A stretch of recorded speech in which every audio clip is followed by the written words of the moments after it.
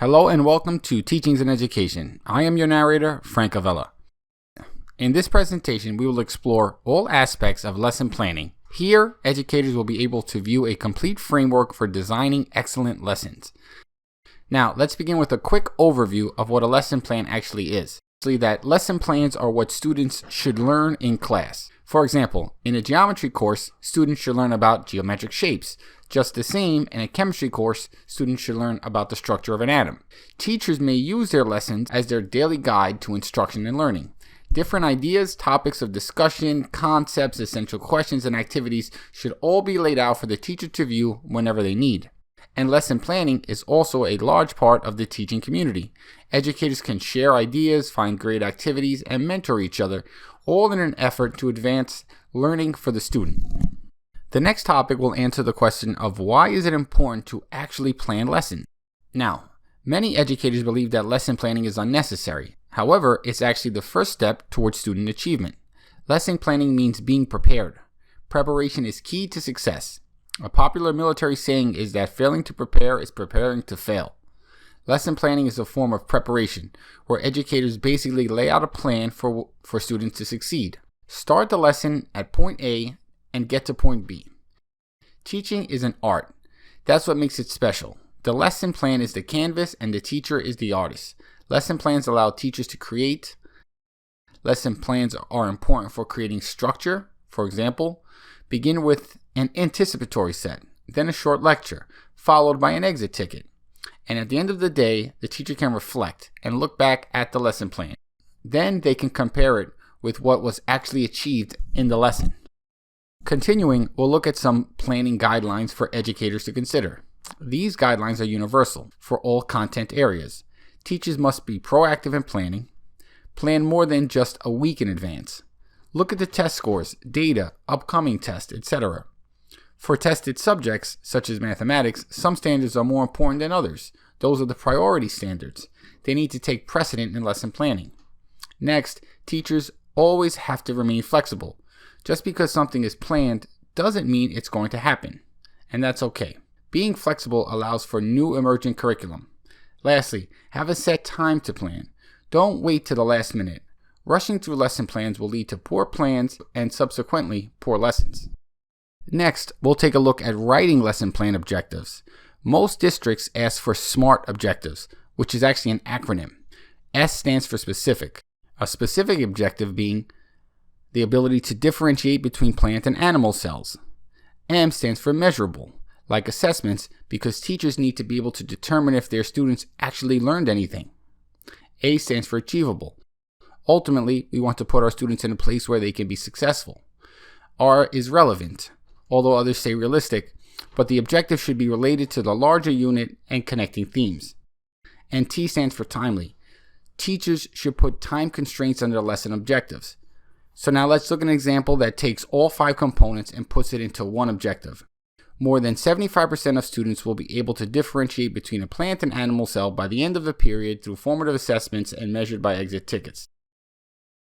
Right now, I'm going to take a short break and ask that you please subscribe to this channel, like and share this video. Also, check the description for a full PowerPoint presentation and some resources. The next topic up is assessments. Lesson plans should include the big 3, which include formative, summative, and diagnostic assessments. Formative assessments, like thumbs up, thumbs down, occur during the lesson. Summative, at the end of the chapters to evaluate student learning. And diagnostic assessments can be used before beginning a new unit to see where to begin. Whenever providing students with assessments, teachers should examine those assessments for any types of cultural biases that may be present and hinder a certain group of people. The golden rule to assessment is that it must actually assess what is being taught in the classroom.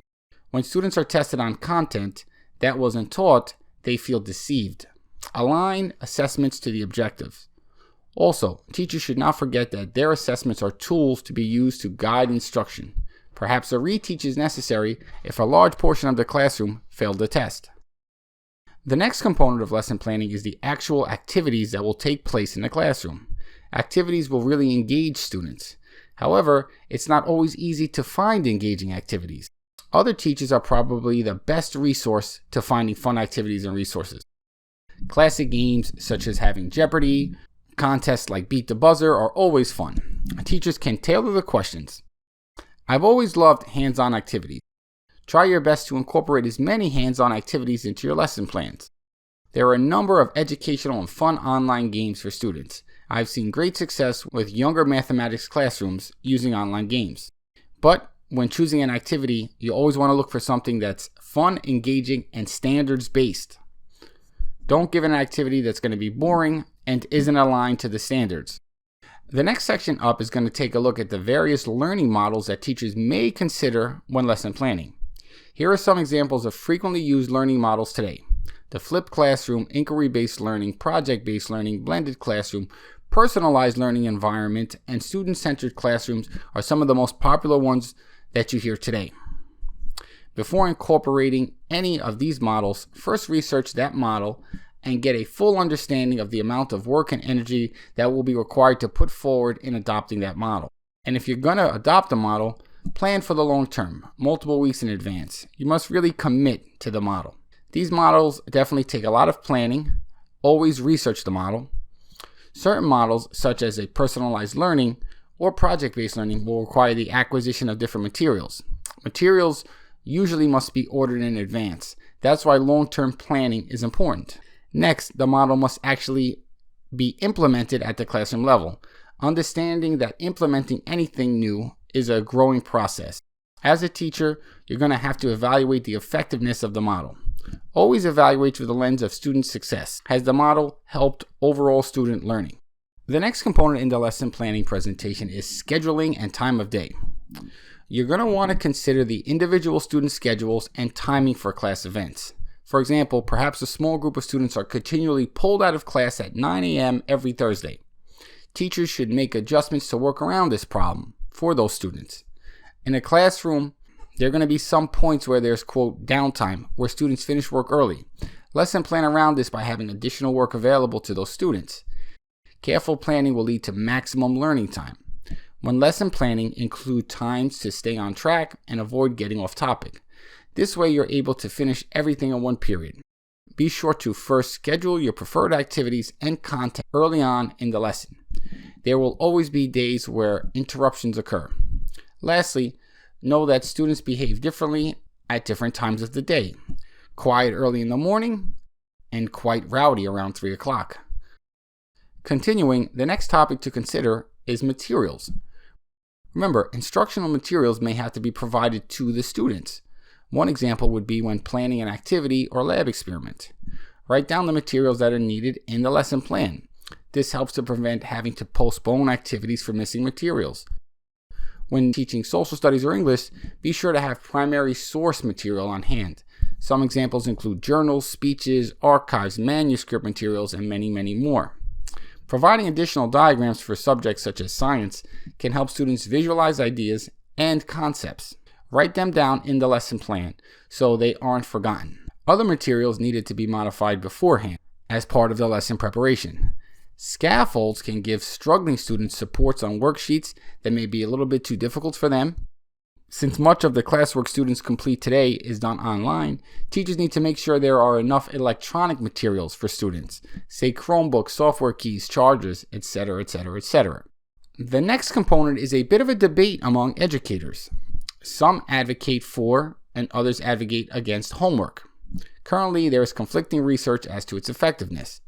Nevertheless, the main idea is that practice makes perfect. Homework should reinforce what was learnt in the classroom. If worksheets are the homework assignment, have extra copies. Students will lose their assignments and want to make up work at one point or another. Next, the amount of homework given per day should reflect the student's grade level. For example, first graders should get 10 minutes per day. 7th graders, 70 minutes. 12th graders should get 120 minutes. In the lesson plan, write down the page number, the number that the students need to complete on the pages, and any other resources, such as formula sheets. Make sure they have protractors if needed. Before leaving this section, remember, if you want to give homework, make it meaningful to the students.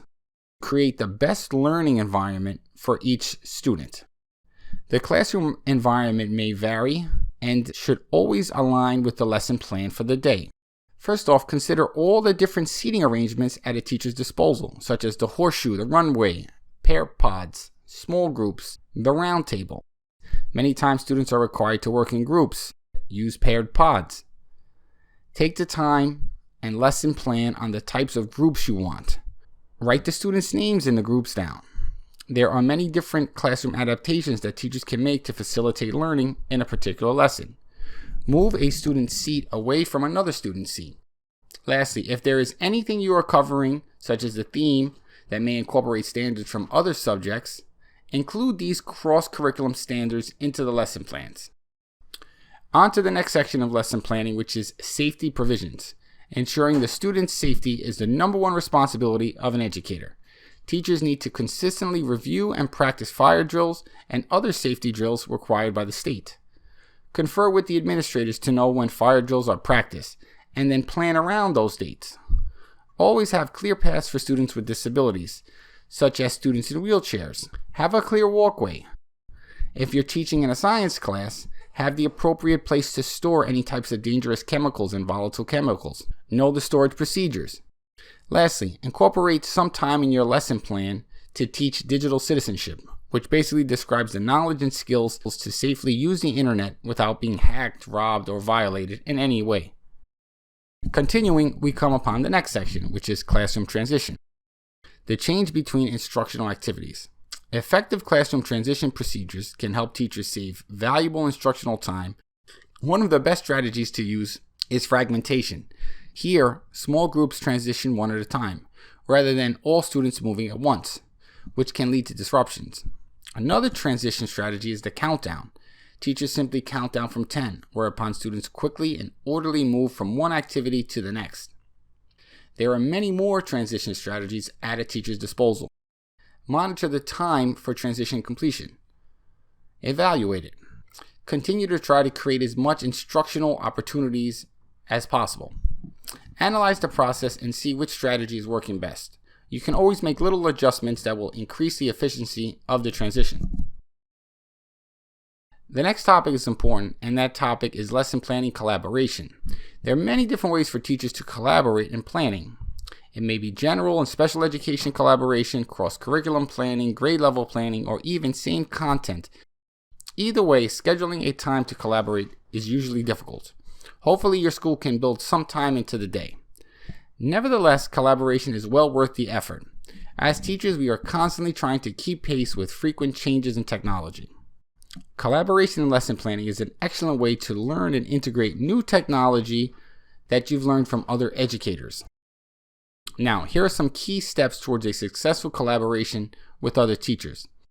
Establish shared goals, keep open the lines of communication, always be flexible to somebody else's ideas, and everything ends in assessment, so assess how the collaboration is going. Right now, we're coming up to the last section in the presentation, which is planning for special education students. Educators must specifically plan for the instruction of special needs students by making the use of modifications and accommodations. Before lesson planning for the first week, read all your students' IEP. This will give you some insight into students' academic, social, and emotional status. In the IEP, you'll find some recommended teaching strategies. You can use those strategies to incorporate into your lesson. Lesson plans should also contain special education modifications, which are direct changes to the content. For example, providing hints on exams or removing difficult questions would qualify. Accommodations, on the other hand, are used to increase access to the content, thus affording students extended time and providing large screen computers are accommodation examples. All this is to create a better learning environment for our students. Right now, I want to say thank you for your time. Don't forget to check the description for resources.